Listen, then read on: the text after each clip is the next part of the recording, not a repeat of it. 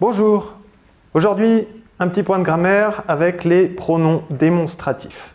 Comme tous les pronoms démonstratifs s'accordent en genre et en nombre avec les noms qu'ils remplacent. Regardez plutôt le tableau. Il existe bien sûr plusieurs règles d'emploi. La première, c'est quand on parle de la possession et le pronom démonstratif est suivi de « de ». Par exemple, la veste de Marie est sur le canapé, mais celle de Jean est accrochée au porte-manteau. Vous voyez? Celle de Jean. Je n'aime pas le pantalon de Philippe, je préfère celui de Michel.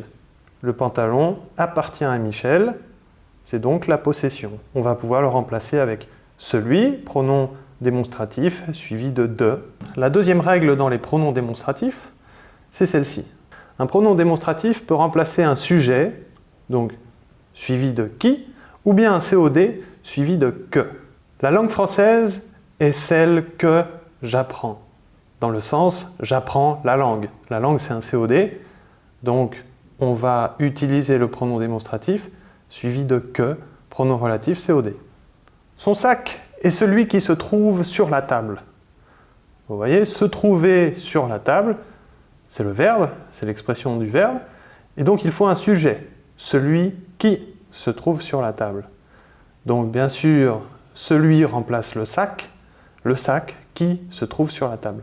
On a ici un pronom démonstratif suivi de qui pour faire le sujet du verbe se trouve sur la table.